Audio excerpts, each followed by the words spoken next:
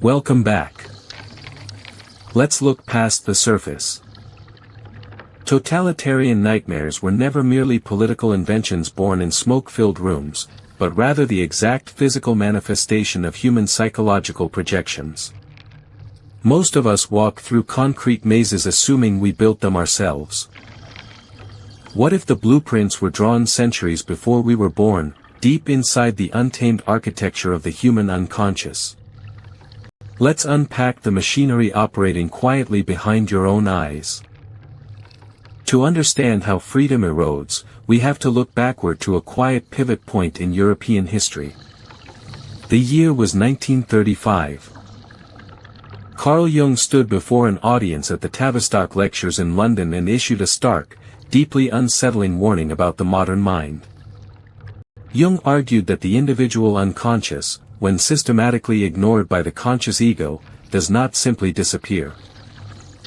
Instead, it becomes weaponized by mass political movements. When a society refuses to acknowledge its own dark side, its collective shadow, it projects that inner darkness outward onto an external enemy to preserve a fragile, false innocence. Think about the mechanics of that for a moment. Whatever we refuse to integrate within ourselves, we inevitably assign to someone else, creating a built-in architecture for perpetual conflict. 10 years later, in 1945, Jung published After the Cataclysm. In those pages, he dissected how entire modern nations fell into this exact psychological trap. Entire populations had outsourced their moral judgment to the state. They allowed centralized power to manage the terrifying contents of their unexamined shadow. Meanwhile, across the North Sea, another brilliant mind was observing these exact dynamics play out on a massive, global scale with horrifying clarity. George Orwell was reaching the final, exhausting stages of his life. He had retreated to the remote, windswept Scottish island of Jura to finish his masterwork.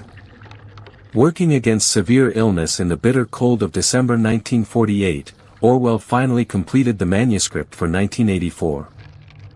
What Orwell captured in that dystopian blueprint was not just a political prediction about cameras and surveillance. It was a precise manual on internal psychological collapse. Consider the core mechanism of the party in that novel. Doublethink is not just lying to yourself when forced. It is the active, deliberate erasure of the shadow self.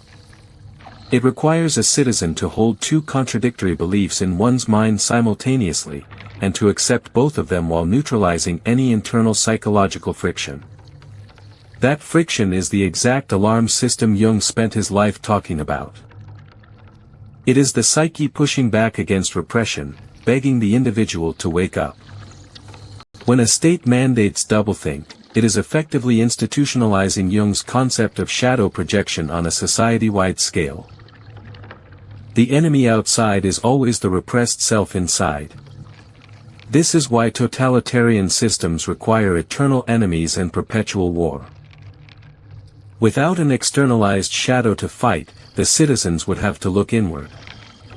And looking inward is the one thing authoritarian structures cannot survive. Self-awareness dissolves compliance faster than any revolution ever could.